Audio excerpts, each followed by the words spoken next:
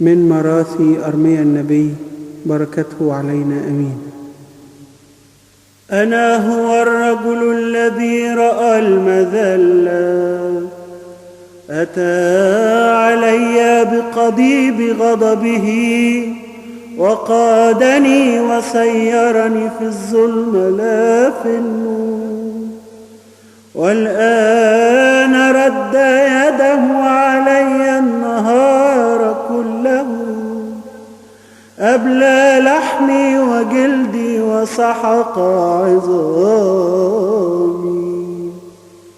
أحاط بي ونكس رأسي، وأذلني وأجلسني في مواضع مظلمة، مثل الموت منذ القدم. سيجا علي حتى لا أخرج، ضاعف ربطي وثقل سلسلتي. دعوته فلم يستجب لي، صرخت إليه فلم يسر بصلاتي. سيجا سبلي وأغلق مسالكي، صار لي كدب كامن وكأسد في موضع مختفي. طاردني وصرعني وتركني هالكا، أوتر قوسه وأقامني هدفا ليلقي في سهام. أدخل في كليتي نبال جعبته، صرت ضحكة لكل شعبي، وأغنية لهم النهار كله. جرعني الحنظل ورواني من الإبسنتين، هشما بالحصى أسناني، وأطعمني الرماد. فبعدت نفسي عن السلام ونسيت الخيرات، وبادت آخرتي ورجائي من الرب. أذكر بؤسي وشقائي والإفسنتين والمرارة التي لم تبرحوا من ذاكرتي.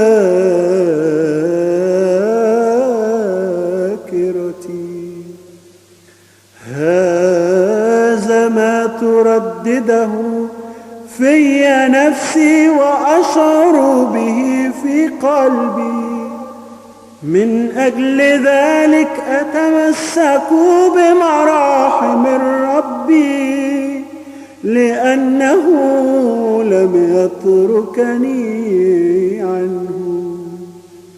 لأن رأفته لا تذول على ممر الشهور، والأيام كلها. من مراحم الرب أننا لم نفنى، لأن رأفتك لا تفرغ، وهي جديدة في كل صباح، وعظيمة هي أمانة.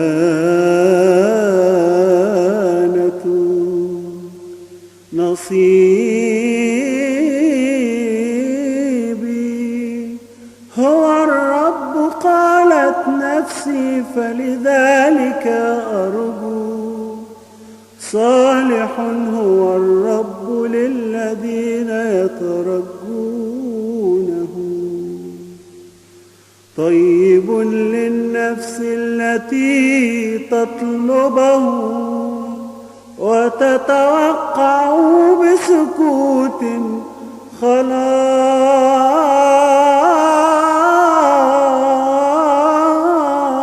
الرب.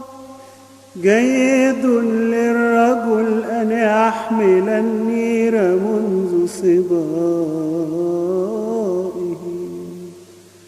يجلس وحده ويصمت لأنه قد وضعه عليه، يجعل في التراب فمه لعله يجد رجاء، يميل خده لمن يلطمه ويشبع تعيرا،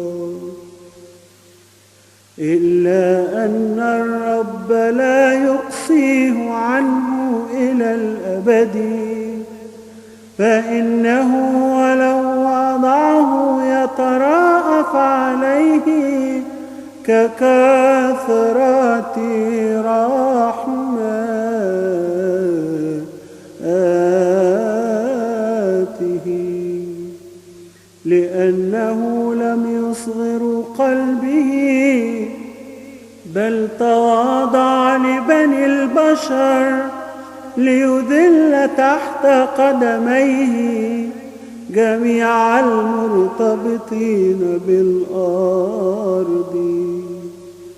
أو حرف حكم الرجل أمام وجهه العلي ليلقي الإنسان إلى القضاء عندما يحكم عليه، أفما يقول الرب؟ من ذا الذي قال فكان والرب لم يأمر بهذه؟ أليس من فم العلي تخرج الخيرات والشرور؟ كيف يتذمر الإنسان الحي الرجل المعاقب لأجل خطيئاته؟ فلنفحص طرقنا ولنختبر خطواتنا ونرجع إلى الرب ولنرفع قلوبنا مع أيدينا لدى العلي الذي في السماء. قد أخطأنا ونافقنا وأغضبنا وأنت لم تغفر لنا. قد التحقت وحكمت بالغضب وطردتنا وقتلتنا ولم تشفق. التحفت بغمام لئلا تبلو إليك صلاتي. لا تضع لكي لا أرى فأطرح.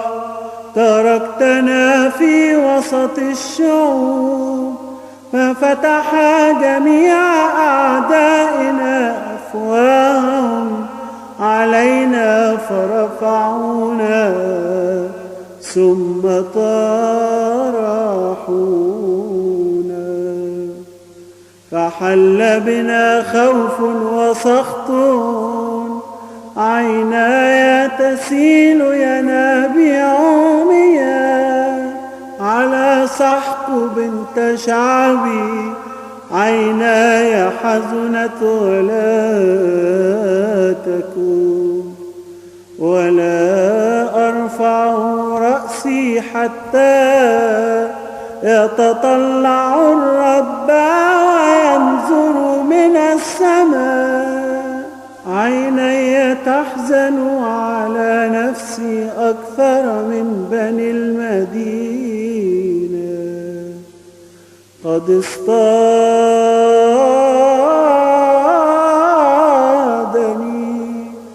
أعدائي اصطيادا كعصفور بلا سبب وقردوا في الجب حياتي ثيابي وطرحوا علي شبكة. فاضت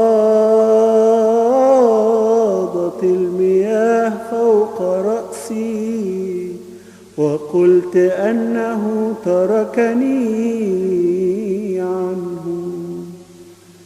صرخت